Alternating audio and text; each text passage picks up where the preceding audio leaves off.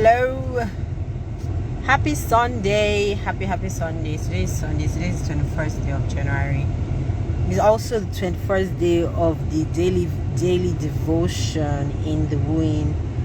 31 days. Hi. 31 days of responding to Abba's love is a devotional for young adults, not young adults, for young professionals, whether in career and business. And I hope your Sunday is going well. I just wanted to jump here real quick. I sound like one of those YouTube people, so I wanted to just jump here real quick and share some insights from the book of Esther. So this is day 21. Today is titled Know Your Place in the Scheme of Things, and the Bible reading is taken from the book of Esther chapter 7 verses 6 to 8. So just to kind of give a little bit of recap from where we were. So Haman had started, let's go back a few chapters back.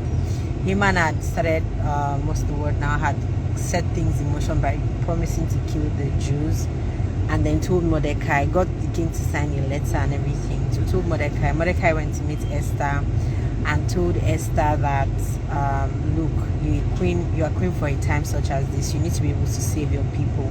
So Esther goes to the king with prayers and fasting, of course, and tells the king, I'm going to invite you to a banquet, so just come with me and come with Haman. So they have a banquet. The first day, she has a 2-day banquet. So the first day, she attends to the king, waits on the king. Haman is also there.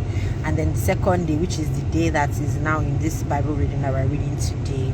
And before then, Haman had gone to create. Haman got into. There was also something like something that happened between Haman and Mordecai. And Haman set up a pole that he wanted Mordecai to be impaled upon. So that's where we are. And then he has totally forgotten, because he thinks, oh, the king, I've been specially invited to a banquet where the king and the queen are, so he thinks everything is okay. He's totally forgotten himself. And so the topic we're talking about today is know your place in the scheme of things. Remember that when Haman started, if you read chapter 1 of Esther, you will see that there were 7 advisors of the king, but Haman wasn't there. So somewhere around chapter 3 or chapter 4, Haman comes up from nowhere because he was promoted from maybe way down. We don't know, but we just know that Haman wasn't part of the king's officials. All of a sudden he was promoted to be the top, so he was like the leader of the king's officials, something like that. So you can just imagine if you're promoted all the way from the back, from backwards to the front, started from the bottom, now we are here. So he feels like the king loves me, the king is out for me, the king is loves me and everything. And that's where today's lesson is coming from, that know your place in the scheme of things. You need to be able to test your relationship with people from time to time. Yes, me and this person, we go way back, we started out together, we did our careers together, but can you go back to that? Can you find out if that's your relationship with that person? So let's zero in on where we are right now in Esther 7. So Esther, Haman is there, the king is there, Esther is here. Esther says, so the king now says, this is the second day of this banquet. What do you want? Why are you tell me, why are you having parties upon parties and everything? And she says, is this your Haman? Oh, she first of all says, that's my people, they're trying to kill my people. I know you're a very busy man and everything, but if it was that they wanted to sell us into slavery, I would not even come and disturb you. What's that? It's just slavery. They're trying to kill us, and it's this wicked Haman that is here that is trying to kill us. The king said, what? Haman? The king is angry. Immediately he stands up and goes out, to manage his anger. And I was saying it, and I just noticed that this king has a very good anger management, but that's not where we're going. So he goes out, and as he goes out, Haman immediately throws himself at Esther's feet and is begging, Esther, please, don't be angry. I've moved on. If you read all the devotions we've written about before, you see that Haman has changed. But Haman is like, I'm really sorry and everything. So the king comes back inside and sees that he's touching her, and the king is like, in front of me, you're touching my wife, you're trying to kill her again, even in my presence. You understand? But that's not what happened. He was just begging for his life. So how does that apply to you as a young person in business or career? Is you need to test your relationships. Don't just go around saying we go way back. You may be thinking that this person, I can die for this person, but then when you go back, you just realize that this person, our relationship is not the way I thought it was. Or if they put you beside somebody else, because as far as the king was concerned, if you put Haman and the queen Esther they are not the same. Esther carries much more weight, so you need to know your place. Like, how do I stand in the scheme of things when this person is concerned? This relationship that I think I'm carrying on my head, where do we stand in the scheme of things? It's very, very important for you as a young Christian to understand that. So let's pray. It's a very short. Should I say devotional? But that's really the point. So you need to test your relationships from time to time to be sure that it still holds water. So you now go, let's pray. So the first prayer I want you to pray for people around you that think a lot about you, that are so invested in you, that just love you. You know, people that even if you just pack poop, they will say, you have done well. People that just bestow you with favor, that are just good to you, that are so invested in your life, in your business, in your career. People that will say, what new product do you have? I will buy. Come and bring your product to my office. Come and bring to my wife. People that will just call you and say, how are you doing? How is work? How is your team? What are your career goals? Where are you going next 5 years? So thank God for people. If you have people around like that, thank God for them. The second thing I want you to thank God for favor. It's not easy for people to like you.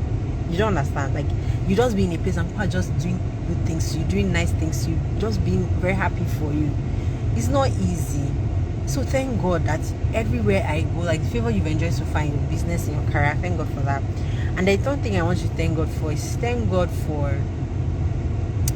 ask God, don't thank God. So the third one is, we've thanked God the first two, but ask God to help you to remain in the graces of people that are very important to your business. You know how maybe somebody has just always been invested in you, then one day they'll just say, well, I've tried for you, you know, go and figure it out. But ask God that, God, to the extent that I need these people to still continue to carry my matter on their head, to the extent that I still need these people to get to destiny, Lord, please help me to remain in their good graces. The wisdom that I need to be kind, the wisdom I need to remain in these people's good graces, to honor those relationships, to furnish, to keep those relationships going. Give me wisdom, give me humility, give me strength. You understand? So that these people can continue to do the things. Because I know that we live in a world where people say, oh, self-made, kiniko. But really, you need people. And then finally, just ask God for... So you've asked God for grace to remain. Then ask God to not put you in a compromising situation. See him, man, where he was just begging that this thing, but somebody came in and said, you're trying to kill the queen. So ask God in his mercy that any situation that will make you look like you're in trouble, any compromising situation, before you say you go explain, no evidence, before you start explaining, and you can't even explain that, see, I'm this thing, it just looks like, my hand is over the pot, I just want to cover it, I'm not stealing meat. You understand? Or I was changing something in the ledger, I was just changing dates. I didn't change this book, I didn't change the account figures. So just pray to God to take you out of compromising situations. Sorry, my Yoruba almost came in at the time. So ask us to take you out of compromising situations. And that's really the end of today's devotion. But in the devotions, we usually have one key action point for you to take home. We usually have two. The first one for you is to meditate on the anchor verse, which is Ezekiel 36:26, which is that God should, God speaking to the Israelites says, I will give you a new heart and put a new spirit within you. I will take out your stony, stubborn heart and put in a tender, responsive heart. My dear, if your heart is stony and stubborn, the beats. It won't pump blood very well. It's not in the Bible, but I'm just saying, it's a very good prayer to pray, because that's how you can respond to, that's how you can love God back, that's how you can have a new spirit. You're able to see things differently. You're able to go back, take a look at your relationship and say, is this relationship working?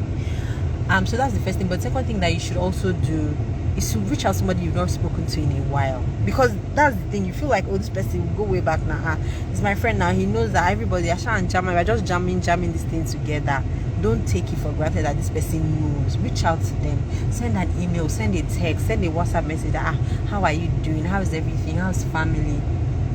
And I pray that God will help us in Jesus' name. So that brings us to the end of today's devotion. I will see you tomorrow by 12:30 by God's way. So we usually meet every 12:30 just to discuss the highlights. But get the devotional.